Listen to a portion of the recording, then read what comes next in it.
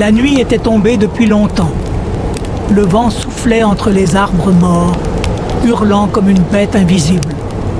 La neige tombait sans fin, couvrant la terre d'un tapis blanc sans limite. Dans ce monde gelé, un petit groupe d'hommes, de femmes et d'enfants avançait lentement. Leurs pieds s'enfonçaient dans la poudreuse glacée. Leur corps, enveloppé de peau grossière, tremblait à chaque rafale de vent.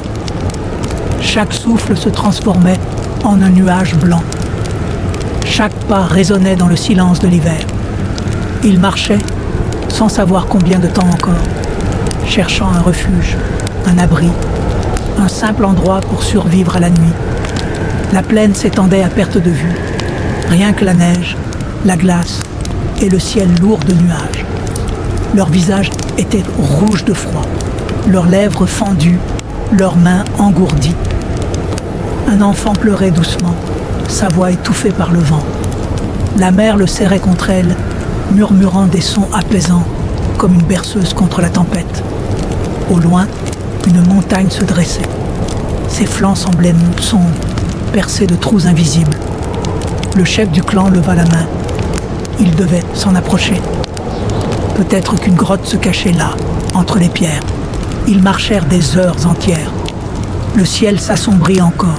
Enfin, une ouverture apparut dans la roche. Un trou noir, humide, sombre, mène un abri. À l'intérieur de la caverne, l'air était glacé, mais au moins, le vent ne sifflait plus. Les enfants s'assirent, leurs yeux grands ouverts dans l'obscurité. Un homme s'avança, tenant 2 pierres. Il les frappa l'une contre l'autre. Encore, encore. Pendant de longues minutes, seul le son sec résonnait dans la grotte. Puis, une étincelle jaillit. Elle tomba sur un petit tas d'herbes sèches. Une flamme apparut, minuscule, fragile, tremblante. Tous retinrent leur souffle. La flamme grandit doucement. Un feu naquit, éclairant les visages fatigués. La chaleur remplit la caverne. Pour la première fois depuis des jours, leurs corps cessèrent de trembler.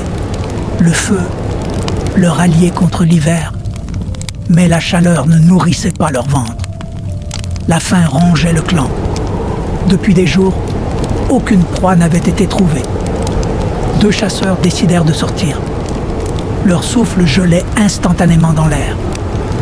Ils marchèrent dans la neige profonde, suivant de faibles traces. Heure après heure, le silence de la forêt n'était brisé que par le craquement de leurs pas. Enfin, ils aperçurent un sanglier épuisé, cherchant lui aussi de la nourriture. Les chasseurs se rapprochèrent. Une lance siffla. Un cri brisa le silence. La proie fut capturée. Quand ils revinrent à la grotte, la joie remplit les visages. La viande grilla doucement sur le feu. L'odeur se répandit, réchauffant le cœur de chacun. Ils mangèrent lentement, savourant chaque morceau comme un trésor. Les jours passèrent. Chaque nuit, le clan se serrait autour du feu. Parfois, le vent hurlait si fort que la caverne tremblait. Parfois, la faim revenait et l'angoisse les envahissait. Mais toujours, le feu brûlait. Toujours, la chaleur les réunissait. Autour des flammes, ils racontaient de petites histoires, observaient les étincelles monter vers le plafond sombre. Et peu à peu, malgré la peur et la fatigue, ils trouvaient le sommeil. Enfin, un matin, la neige sembla moins épaisse. Le ciel devint plus clair. Les oiseaux chantèrent timidement. Le soleil réchauffa la terre gelée. Le clan sortit de la grotte. La glace fondait. L'air sentait la terre humide.